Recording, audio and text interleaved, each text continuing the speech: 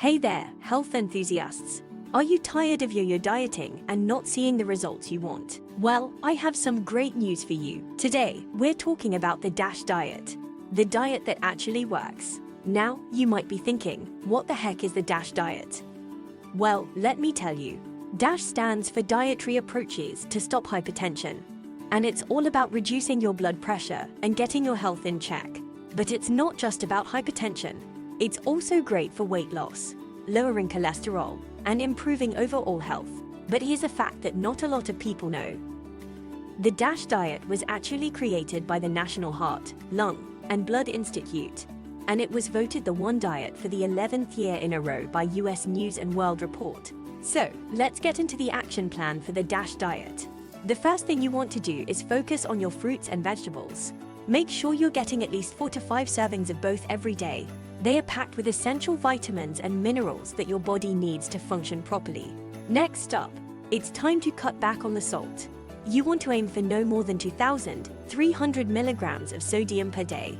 That may seem like a lot, but it's actually less than a teaspoon of salt. So, put down the salt shaker and start checking the labels on your food. Now, let's talk about protein. You want to focus on lean protein sources like chicken, fish, and legumes. When it comes to chicken, it's best to stick with skinless chicken breast. This is the leanest part of the chicken and contains the least amount of saturated fat. Fish is also a great option, especially fatty fish like salmon, which is high in omega-3 fatty acids that are good for your heart. Legumes, which include beans, lentils, and chickpeas, are also a fantastic source of protein. They are also high in fiber, which helps keep you feeling full and satisfied. Plus, they are versatile and can be used in a variety of dishes, from salads to soups to tacos. It's also important to limit your intake of red meat, which is higher in saturated fat and has been linked to an increased risk of heart disease and certain types of cancer.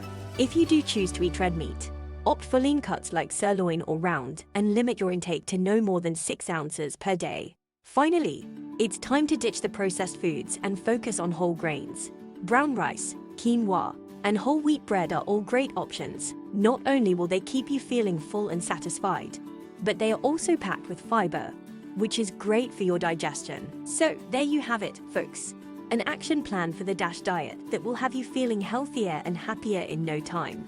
Remember, it's all about making small changes that add up to big results. Thanks for tuning in, and I'll see you in the next video.